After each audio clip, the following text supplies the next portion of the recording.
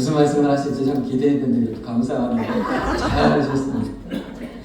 사실 뭐 이것저것 할 때 내세울 것 없는 중이지만 어제 우리 원로 목사님 목회 현장에서 함께 순종함으로 나아가면서 이 자리까지 주님 불러주셨습니다. 정말 하나님의 큰 은혜가 아닌지 모릅니다. 주님께서 함께 하시고 순종하는 자들을 통해서 하나님 은혜를 베푸시기 때문에 우리 교회도 우리 이렇게 순종하시는 우리 장로회와 또 여러 권사님들을 통해서 크게 부흥시키실 줄로 믿습니다. 네, 말씀으로 바로 들어가도록 하겠습니다. 오늘 말씀의 제목 헌신된 사람들, 헌신된 사람들이라는 제목, 요한복음 11장 말씀인데 나사로에 대한 이야기죠. 나사로 죽었다가 살아난 나사로 잘 아실 거예요. 이 나사로는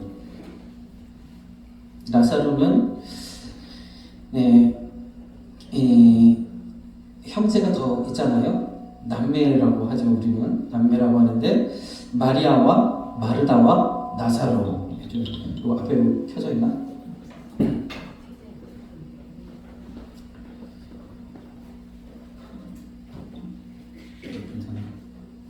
마이크가 켜져 있는 게 있습니다. 자, 그래서 오늘은요, 이 나사로의 남매, 3남매의 헌신 스토리를 좀 보려고 합니다. 나사로가 어떻게 헌신하셨는지 좀 알고 계신가요? 잘 모르시는 분들이 좀 있을 것 같아서. 그리고 오늘 나사로의 이 죽었다가 살아나는 이 이야기 속에 감추어진 우리가 좀 이해 못하는 그런 부분들을 함께 또 이해하고 나아가는 시간 되기를 소망합니다.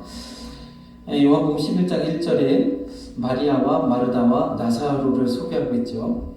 참 이 세 사람은 참 헌신된 그런 사람들입니다.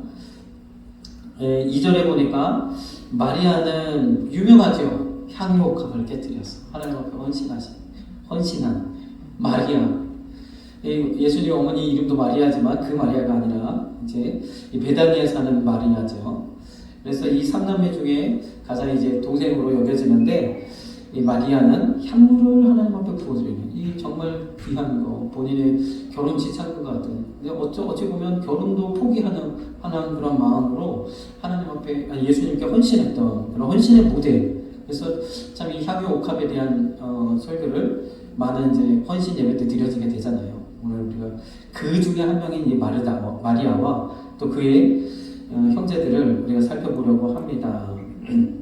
근데 여기서 보면 나사로는 아시는 것처럼 죽었다가 살아나는 놀라운 기적의 주인공이죠. 마리아는 향유 옥합이라고 대표되는 헌신의 아이콘이고, 그럼 마르다는 좀 상대적으로 조금 주님 앞에 좀 혼나는 모습이 좀 비춰지지만 그래도 헌신된 사람이었음이 분명합니다. 오늘 11장 5절 말씀에 보니까 이 세 사람 마르다와 그 동생 나사로, 그 동생과 나사로. 그래서 주님은요 마르다를 또 가장 앞에 두셨어요. 그래도 비록 주님께 핀잔은 들었지만 그래도 헌신된 그런 하나님의 일꾼이었음은 분명합니다. 마르다와 그 동생과 나사로를 사랑하셨다. 참 예수님께 사랑받는 사람들이었다는 거죠. 그래서 주님은 언제든지 그 근처를 가실 때면 이 가정을 방문했다는 거예요. 이 가정을 들으셔서 식도도 하시고 묵기도 하시고 피로도 푸시고 하셨다는 거죠. 얼마나 주님의, 저와 여러분도 이렇게 예수님께 사랑받는, 하나님께 사랑받는 그러한 사람 되시기를 주님의 이름으로 축복합니다. 그러면 이 세 사람은 어떻게 하나님 앞에 헌신되는가? 이 헌신의 내용들은 아주 구체적으로 나와 있지 않아요. 나와 있지 않지만 우리가 성경을 통해서 이분들의 헌신을 좀 살펴볼 수 있는 그런 사건들이 있습니다. 뭐냐면 이 나사로 남매의 헌신은요 사라밧 과부의 헌신과도 같다는 거죠. 사라밧 과부 아시죠? 엘리야 때에 가뭄 3년 6개월 동안 가뭄이 들어있는 상황에서 자신도 그 가뭄 속에서 죽을 수밖에 없는 그 처지에서 정말 한 움큼밖에 남아있지 않은 그 밀가루를, 그 가루를, 그 기름을 가지고 엘리야를 공개했던, 엘리야께 드렸던 헌신의 사람이죠. 그에게 하나님 어떤 은혜를 베푸셨어요? 3년 6개월 동안 기름이 마르지 않고 가루의 통에 가루가 다 가지 않는 엄청난 축복 맞나요? 맞죠? 그 축복을 하나님 주셨어요. 근데 이때 어떻게 하셨냐면 엘리야와 함께 있도록 하셨단 말이죠. 그렇게. 그래서 늘 이 베다니의 마리아 그리고 마르다 또 나사로 이 가정에도 주님이 늘 오시면서 항상 주님을 공개하고 대접하고 주님께 이렇게 모든 필요를 채웠던 그런 헌신된 가정이었는지 믿습니다. 여기도 엘리야를 향해서 이렇게 이야기하죠. 너는 사르밧으로 가서 거기 유하라고. 그 과부가 너를 공개할 것이다. 엘리야를 이렇게 3년 6개월 동안 그곳에서 엘리야 역시도 평안하게 살 수 있도록 그 일을 이루었던 이런 사르밧 과부의 헌신. 여기 이 헌신과 이 남매의 헌신이 닮은 점이 있다는 거예요. 자, 두 번째는 수넴 여인의 헌신과도 닮았다는 거죠. 수넴 여인은 어떻게 했어요? 엘리사, 이번에는 엘리야의 그 다음 제자 중에 한 명이죠. 갑절의 영광을 구했던 엘리야의 갑절의 영광을 구했던 그 엘리사 선지자를 날마다 공개했어요. 강권에서 식사를 대접했습니다. 그것에서 더 나아가서 아예 방한칸을 만들어서 여기 마음대로 묵으시라고 하면서 모든 필요한 걸 아주 세심하게 다 준비해 놓았던 그러한 수넴 여인의 헌신과도 같은 헌신의 소유자들이었는지 믿습니다. 왜 그러느냐? 이 나사로 남매도 그렇고 사르밧 과부도 그렇고 수넴 여인도 그렇고 다 이 가운데에 아들이 죽었다가 살아나는 부활의 기적을 경험한 그런 가정이었단 말이에요. 하나님은 헌신된 가족에게 이러한 축복을 허락하시는 줄 믿습니다. 마찬가지로 이 베다니의 3남매 가운데도 죽었다가 살아나는 나사로가 죽었다가 살아나는 그런 기적을 하나님 베푸셨어요. 헌신된 가정에게 베푸시는 하나님의 축복인 줄 믿습니다. 우리가 잘 아시는 것처럼 죽은 지 나흘이나 지났음에도 불구하고 다시 이거 뭐죠? 죽은 다음에 이렇게 사람을 감싸는 그런 이제 그 상태로 살아나왔다는 거죠. 얼마나 감사합니까? 이러한 일들. 그래서 나사로의 남매의 헌신은요, 이 사르밧 과부 더하기 수넴 여인과 같은 그런 헌신의 소유자였는지 믿습니다. 이 나사로의 죽음을 우리가 살펴보면 나사로가 병들었던 소식이 예수님께 전해지죠. 그리고는 예수님이 곧 바로 가시지를 않았어요. 11장 4절에 보니까 이 병은 죽을 병이 아니다 그런 거예요. 이 죽기 일부 직전에 있는데 빨리 오셔서 병을 고쳐주셔야 되는데 죽을 병이 아니라 하나님의 영광을 위함이었어요. 하나님의 특별한 계획이 있는 거죠. 과거 사르밧 과부에게도 그랬던 것처럼 수넴 여인에게도 그랬던 것처럼 하나님께서 이 부활의 기적을 그들에게 보여주시려고 이 놀라운 사건을 예비하고 계신 줄 믿습니다. 그 소식을 들으시고 6절에 보니까 이틀을 더 계시다가 11절에 보니까 자 이제 가자. 내가 잠든 나사로를 깨우러 간다. 이미 이제 나사로가 죽었는데 나사로가 죽은 지 나흘째 되셔서 주님이 오셨어요. 그런데 주님께서 특별한 일을 이렇게 이루신 것은 헌신의 모델이 되어지는 나사로의 가정을 주님께서 보여주시고 이 헌신된 가정을 통해서 주님이 죽으심과 사심을 예비하도록 하셨는 줄 믿습니다. 과거에 사르밧 과부와 수넴 여인을 통해서도 보여주셨던 것처럼 구약시대에 보여주셨던 것처럼 오늘 이 나사로 가정을 통해서 마지막으로 한 번 더 보여주시고 주님은 십자가의 길을 가시는 거죠. 이 나사로를 소개할 때 어떤 병든 자가 있으니 이 나사로를 이야기하는 거죠. 베다니에 사는 나사로라. 그리고 그의 형제 중에 한 명이 마리아는 향유를 주께 붓고 머리털로 주의 발을 씻기던 자요. 이렇게 표현하고 있는 거예요. 그래서 나사로를 소개할 때 마리아의 헌신을 얘기했어요. 나사로와 마리아와 마르다 이 세 사람은 헌신된 하나님의 사람이라는 거죠. 또 요한복음 12장에 이번에는 마리아를 소개하는 거예요. 마리아의 향유를 부은 사건을 기록하고 있는데 마리아를 소개할 때에 이곳은 예수께서 죽은 자 가운데서 살리신 나사로의 냄새, 나사로를 또 언급해요. 그래서 이 세 사람은 정말 한 마음이 되어져서 예수님을 이렇게 모셨던 그런 헌신된 그런 가정인 줄 믿습니다. 그리고 첫 번째로 마리아의 헌신을 좀 보길 원하는데, 잘 아시는 것처럼 마리아는요, 귀한 향유 한 옥합을 예수님 머리에 부어서, 그 향유 냄새가 온 가정에 가득하도록 했다는 거죠. 마가복음에는 이 사건은요, 마가복음, 마태복음, 마가복음, 누가복음, 사복음서에 다 기록되어져 있어요. 얼마나 주님께서 귀하게 보시는지를 알 수 있죠. 이러한 헌신, 저와 여러분들의 헌신이 되기를 소망합니다. 매우 값진 향유, 곧 순전한 남자 한 옥합을 가지고 와서 그 옥합을 깨뜨리고 마가복음을 했어요. 그래서 옥합을 깨뜨린 이 여인의 헌신, 여러분, 옥합을 깨뜨리는 헌신은 참 저와 여러분들을 통해서 주님이 기뻐 받으시는 줄 믿습니다. 우리 한소만교회가 여기까지 이렇게까지 오기에는 수많은 이들의 이러한 헌신이 있었기 때문에 주님의 이 몸된 교회가 이 자리에 서게 되어졌는 줄 믿습니다. 얼마나 놀라운 일입니까? 이 땅 가운데 복음을 증거하고 우리가 온전히 주님 붙들고 주님 말씀대로 살 수 있는 이 소망의 복음의 이 교회를 세우기까지 수많은 이들의 헌신, 옥합을 깨는 헌신이 있었기에 가능했던 줄 믿습니다. 하나님 너무 귀하게 보시고 저와 여러분들 통해서 하나님의 놀라운 그런 축복과 은혜를 주님이 허락해 주실 줄로 믿습니다. 또한 더 나아가서 지금 계신 우리에게도 이러한 헌신을 본받아서 계속해서 주님 앞에 헌신할 수 있는 저와 여러분 되시길 소망합니다. 이 마리아의 헌신 정말 너무 귀한 헌신이죠. 귀한 옥합, 이것은 뭐 생명과도 같은 자신의 모든 것을 다 포기하고 주님께 드리는 거예요. 옥합을 깨뜨리는 거 말은 쉽지만, 그렇죠?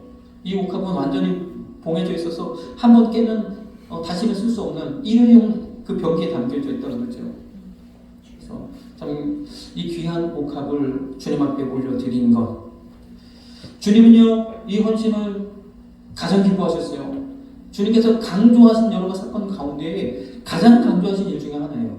뭐라고 하셨냐면, 복음이 전파되는 곳에는 이 여인의 이야기를 함께 말하라. 저를 기념하라. 얼마나 주님 기뻐하셨어요. 그러면요, 우리 잘 한번 보세요. 이 향유를 부은 것은 내 장사를 위함이다. 주님이 죽었다가 다시 사실 그 사건을 예비한 것이라고 주님 한 거죠.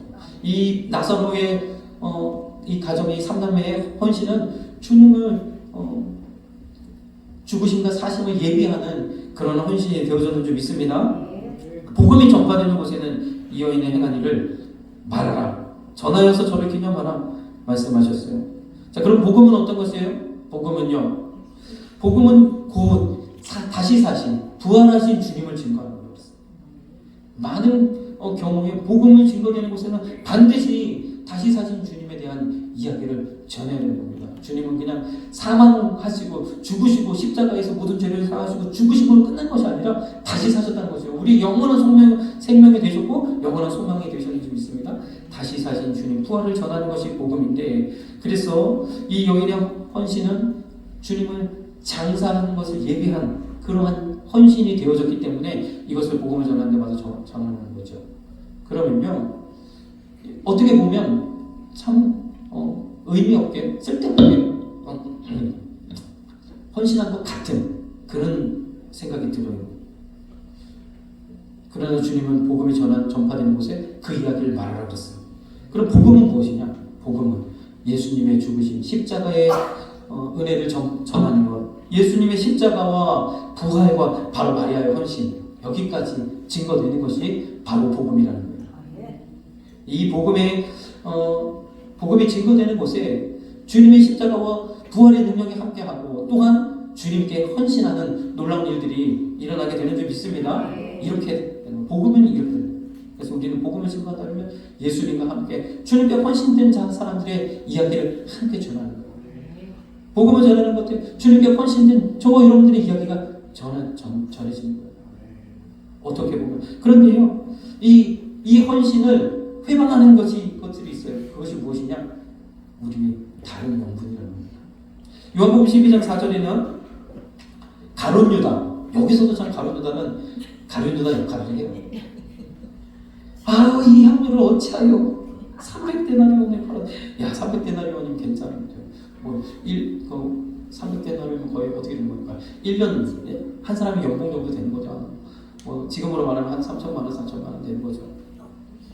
300데나리온을 팔아 가난한 자들에게 주지 아니하였느냐. 그렇죠.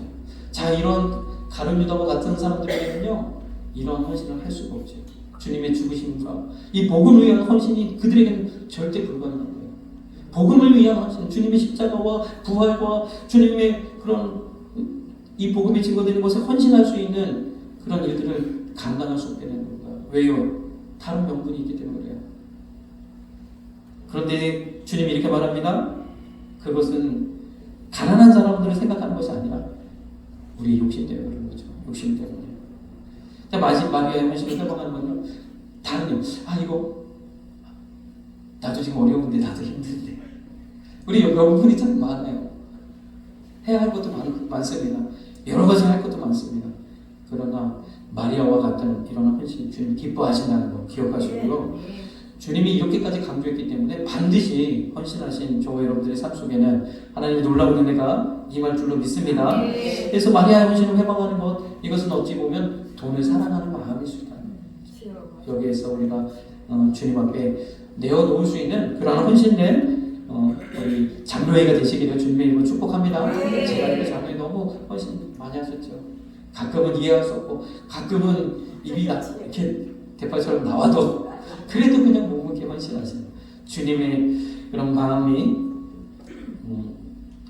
함께 하실 줄로 믿습니다. 두 번째는 마르다의 헌신입니다. 우리 잘 아시는 것처럼 마르다는요, 늘 주님을 대접하는 일에 항상 힘썼어요. 그래서 여기도 누가복음 10장 38절에 마르다라 이름하는 한 여자가 자기 집으로 였죠. 사르밧과부나 수냄 여인과 같이 항상 주님을 공개하고 주님께 대접했던 마르다의 헌신도 반드시 필요한 줄 있습니다.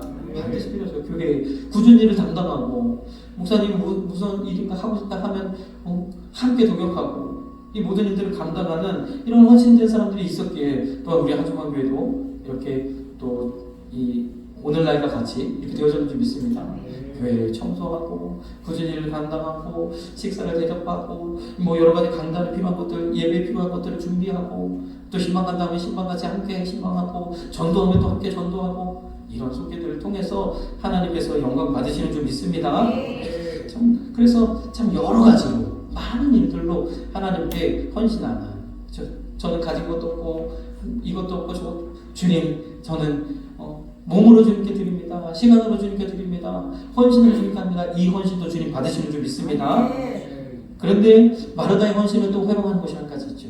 그것이 무엇이냐면 바로 분주함이라는 거예요. 자칫 잘못하면 분주함에 빠질 수 있어요. 오늘 누가복음에도 보니까 준비하는 일이 많아가지고 마음이 분주했다. 그러니까 어떻게 슬그머니 주님 앞에서 은혜 받고 있는 마리아를 바라보면서 슬그머니 뭐가 올라오는 거지. 주님 말씀하셨어요. 뭐라고 하시지 않으셨어요? 마리아야, 몇 가지만 하든지 한 가지만이라도 독하단다. 주님 앞에 헌신하는, 늘 마리아는 그랬어요. 이 누가복음 10장 39절에도 보면 마리아는 반대적으로 주님의 말씀 앞에서는 그 일에 집중했다는 거예요. 또 요한복음 12장 2절에도 나사로도 예수와 함께 앉은 자 중에 있었다는 거죠. 그러나 누군가는 주님이 오셨으니까 대접도 해야 되고 필요한 것도 공개해야 되고 누군가는 그 일을 해야 되는 마리아는 악역을 감당했죠.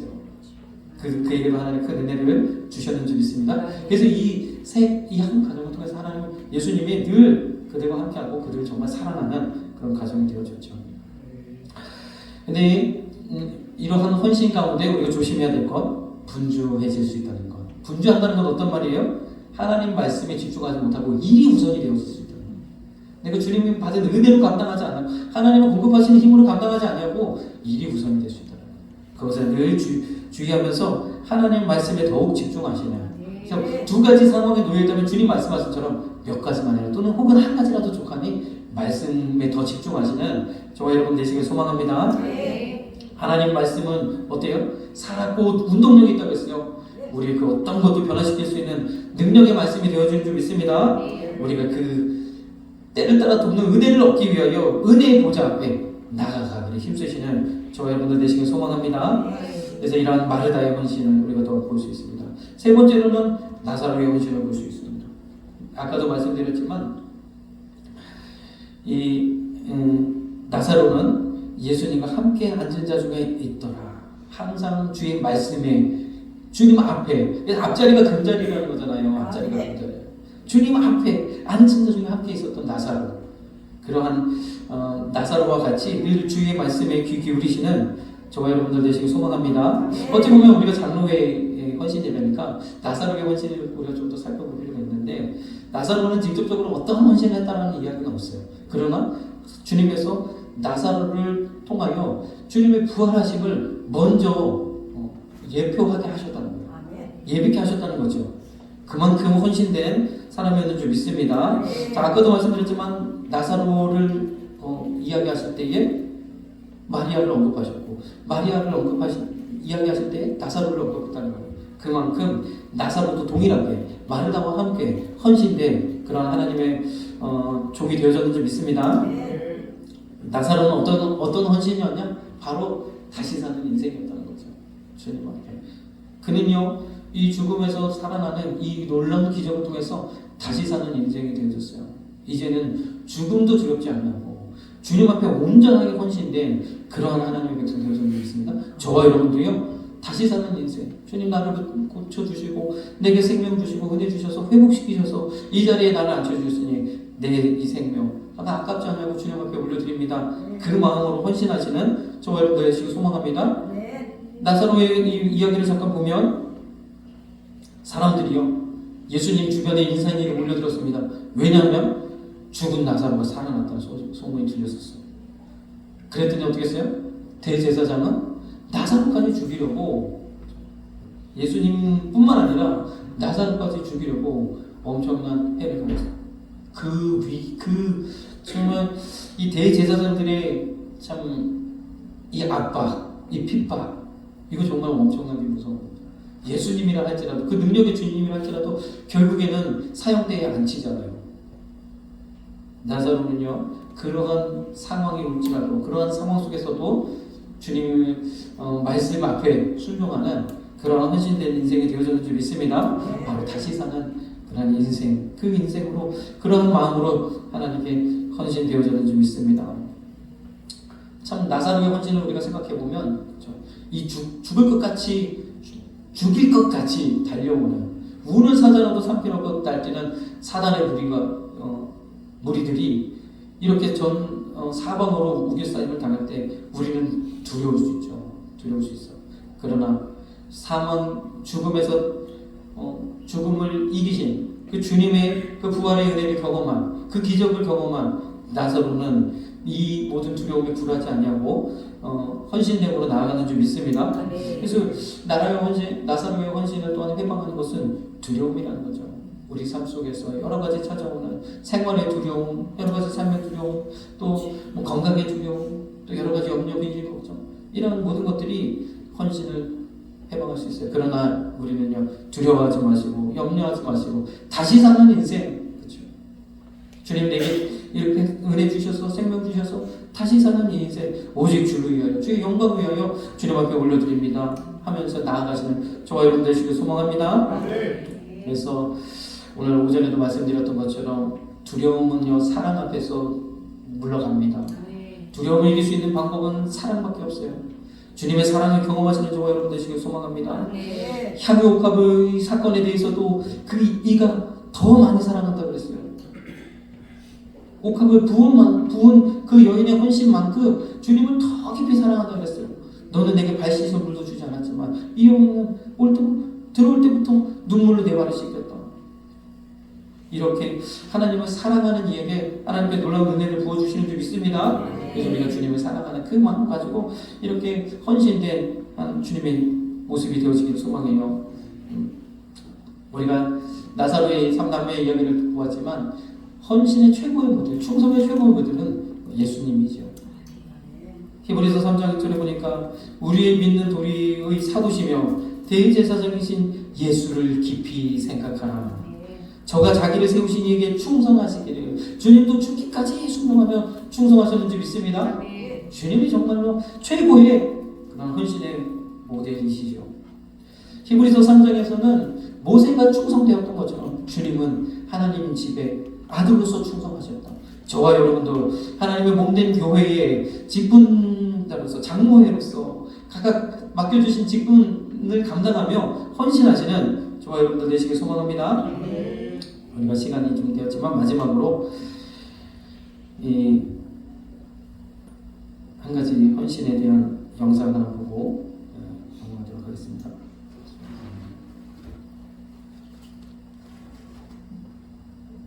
나옵니까?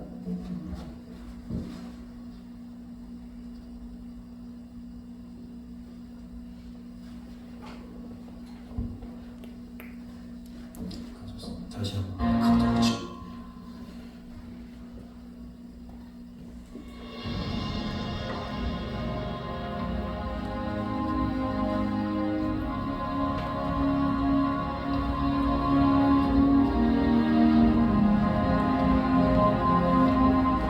아버지여, 만일 아버지의 뜻이면 내게서 이 잔을 거두어주십시오. 그러나 제 뜻대로 하지 마시고 아버지의 뜻대로 하십시오.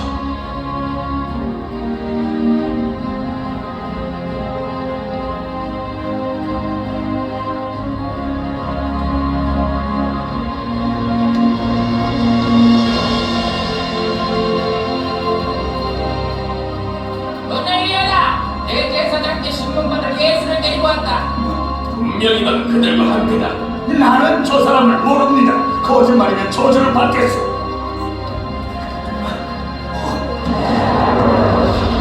내가 내게 말하는 이유를 답을기 전에 네가 3번 나를 모른다고 부인한다.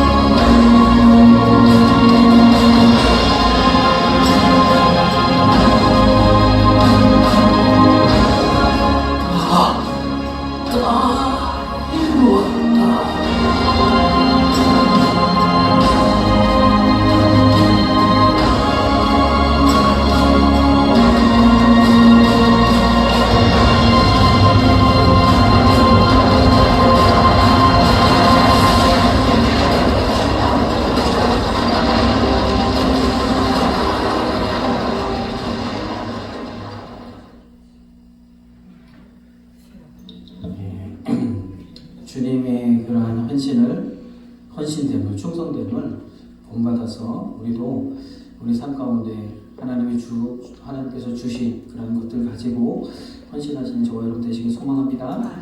이렇게 보면 예수님과 또 나사로 남매, 아까도 보았지만 사르밧과 수냄녀의 공통점은 주님이 사랑하셨다는 거예요.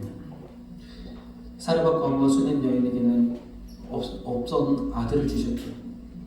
나사로 남매에게는 나사로를 살리시는 기적을 베풀어 주셨어요. 예수님은 하나님께서 그를 높이시고 가장 뛰어난 이름을 주셨다 그랬어요. 하나님의 주님의 일을 향하여서 주님은요 이렇게 헌신된 자를 사랑하시는 줄 믿습니다. 예수님을 향해서도 이는 내 사랑하는 아들이요 내 기뻐하는 자라. 주님이 끝까지 순종하셨고 끝까지 헌신하셨기에 하나님이 이 사랑하는 아들이라 말씀하신 줄 믿습니다. 하나님은 이렇게 헌신된 사람들을 끝까지 책임주시고 하나님 놀라운 은혜로 더하여 주실 줄 믿습니다. 기도하겠습니다. 사랑의 주님